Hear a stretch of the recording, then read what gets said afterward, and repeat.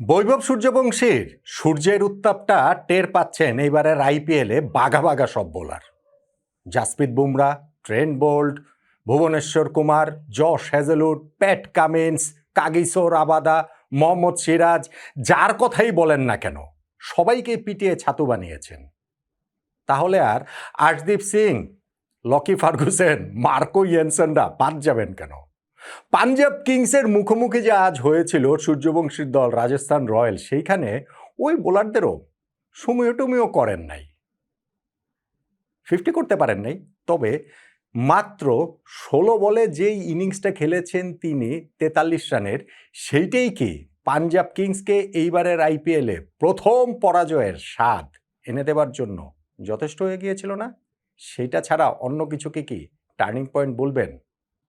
228 run করেছিল Punjab Kings. এই run তারা করে জেতার চ্যালেঞ্জটা তো ছিল, উইকেটটা যে একেবারেই ব্যাটিং প্যারাডাইস ছিল তা নয়, এবং সেইখানটাতে বৈভব সূর্যবংশীর ব্যাটিং দেখলে তা কে বলবে? হ্যাঁ, আর্শদীপ সিংকে শুরুতে তিনি একটু সময়ও করেছিলেন, প্রথম 2টা বল তিনি মারলেন না আউটসুইঙ্গার, কিন্তু থার্ড বলটাতে হলো তো অনেকক্ষণ, আর কত? এইবার প্যাডের উপরে পেয়ে তিনি স্কোয়ার লেগ দিয়ে ছক্কা মেরে দিলেন, পরের 2টা বল আবার 4-4। নেক্সট ওভারে বোলিংয়ে আসলেন লকি ফার্গুসন, এইবার ছক্কা 4।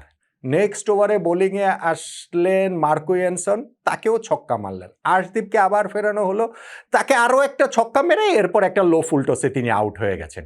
কিন্তু কাজের কাজ তো করে দিয়ে গেছেন ওই 16 বলে 43 রানের ইনিংসটা, 268 স্ট্রাইক রেটের ইনিংসটা, যেই ইনিংসে 5টা ছক্কা তিনি মেরেছেন। বৈভব সূর্যবংশী এই 43 রানের ইনিংসের মাধ্যমে অরেঞ্জ ক্যাপের পুনর্দখলটা আবার নিলেন। এইবারের আইপিএলে সর্বোচ্চ রান শিকারে আবারও তিনি হয়ে উঠলেন, 400 রান করে ফেললেন। ভাবা যায় মাত্র 15 বছর বয়সে কি অবিশ্বাস্য সব কাণ্ড এই সূর্যবংশী করে চলেছেন। একটা ম্যাচ 2টা ম্যাচ না, এটা ব্যতিক্রম না।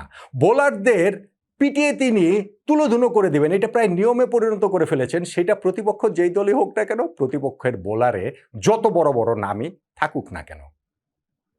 229 রান তাড়াতে সূর্যবংশীর এই ইনিংসটাই রাজস্থান রয়্যালসকে একটা টোন সেট করে দিয়েছিল, এবং তিনি যখন আউট হন সেইখান থেকে তার ওপেনিং পার্টনার যশস্বী জয়সওয়াল যেন ওইখান থেকেই আবার শুরু করলেন।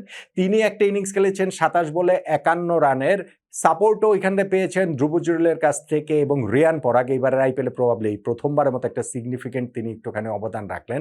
কিন্তু এই 3 জন যখন পরপর 3 ওভারে তাদেরকে যজুবেন্দ্র চাহাল আউট করলেন, ম্যাচে কিন্তু ফেরার খুব ভালো সম্ভাবনা জাগিয়েছিল পাঞ্জাব কিংস, এবং উইনিং হ্যাবিটটা তো তাদের রয়েছেই।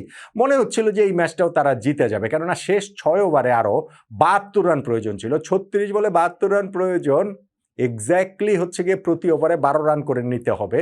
কিন্তু সেইটা আবার ডনোভান ফেরেরা আর শুভম দেবে সেটা করে ফেলেছেন। ডনোভান ফেরেরাকে এইবার হচ্ছে গিয়ে ওই ব্যাটিং অর্ডার একটু উপরে পাঠানো, কত 5 নম্বরে তাকে পাঠানো হয়েছে, এবং সেইখানটাতে তিনি 26 বলে অপরাজিত 52 রানের একটা ইনিংস খেলেছেন। দুবেও তাকে যথার্থ সাপোর্ট দিয়েছেন, ফলে 4 বল হাতে রেখে 6 উইকেটে ম্যাচটা জিতে গিয়েছে রাজস্থান রয়্যালস। পাঞ্জাব কিংস এইবারের আইপিএলে প্রথমবারের মতো তারা ম্যাচ হারলো, তবুও পয়েন্ট টেবিলের শীর্ষেই তারা রয়েছে 13 পয়েন্ট নিয়ে। 12 পয়েন্ট হয়ে গেল পাঞ্জাব কিংসের, পরেই এখানটাতে রয়েছে 12 পয়েন্ট নিয়ে রয়্যাল চ্যালেঞ্জার্স বেঙ্গালুরু এবং Rajasthan Royals. Net run rate একটু পিছিয়ে থেকে রাজস্থান রয়্যালস 3 নম্বরে রয়েছে। কিন্তু বৈভব সূর্যবংশীর এই ব্যাটের বৈভবে ঠিকই পাঞ্জাব কিংসকে এইবারের আইপিএলে হারতে হলো। রান যে তাদের 228 হয়েছে, সেটা কি আরেকটু বেশি হতে পারতো কিনা? তাদের ব্যাটিংয়ের ওই কন্ট্রিবিউশন শুরুর দিকে, মানে প্রত্যেকেই আসলে কন্ট্রিবিউট করেছেন। প্রাভসিংহার সিং তিনি তো একটা 50 করেছেন, তার সঙ্গে যেটা ছিলেন যে প্রিয়াংশ আরিয়া বলেন কিংবা তারপরে যারা ব্যাটিংয়ে নেমেছেন, তারা প্রত্যেকেই কিন্তু ওই যে 29 রান 30 রান করে করেছেন। তবে তাদের ইনিংসটাকে ওই 228-এ নিয়ে গিয়েছে মার্কাস স্টয়নিসের তার 22 বলে 62 রানের ইনিংসটা। স্পেশালি তার ওই লাস্ট ওভারটাতে যে তিনি 24 রান তুলে নিলেন ব্রিজেশের বলে, যে বেচারা আবার আগের 3 ওভারে দিয়েছিলেন মাত্র 18 রান, কিন্তু লাস্ট ওভারে 24 রান স্টয়নিস তাকে মেরে তুলে ফেললেন। 228 রান যখন হয়েছিল আমি বলছিলাম যে উইকেটটা একেবারেই ব্যাটিং প্যারাডাইস ছিল, তা হয়তো নয়। ফলে জয়ের ব্যাপারে পাঞ্জাব কিংসের ওই কনফিডেন্ট থাকারই কথা ছিল, কিন্তু বৈভব সূর্যবংশীর ব্যাটে যেটা শুরু হলো সেইটা বাকিরা কন্টিনিউ করে নিয়ে গেছেন এবং শেষটা যেখানটাতে করেছেন ওই জায়গাটাতে গিয়ে ডনোভান ফেরেইরা ও শুভম দুবে। ফলে ম্যাচটা জিতে গিয়েছে রাজস্থান রয়্যালস, প্রথম পরাজয় হলো পাঞ্জাব কিংসের।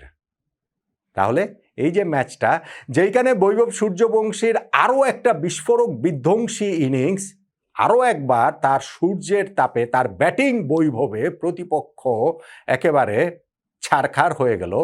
রাজস্থান রয়্যালসকে জেতানোর পথে টার্নিং পয়েন্ট তার ওই ব্যাটিংয়ের বাইরে অন্য কোনো কিছু কি আছে? বলা তো যেতে পারে অনেক কিছুই, কিন্তু আমার কাছে ভাই টার্নিং পয়েন্ট এই সূর্যবংশীর ব্যাটিং তাণ্ডবটাই, তার এই সূর্যের উত্তাপে ব্যাটিং বৈভবটাই। আপনার টার্নিং পয়েন্ট কি? অন্য কিছু নাকি? জানাতে পারেন।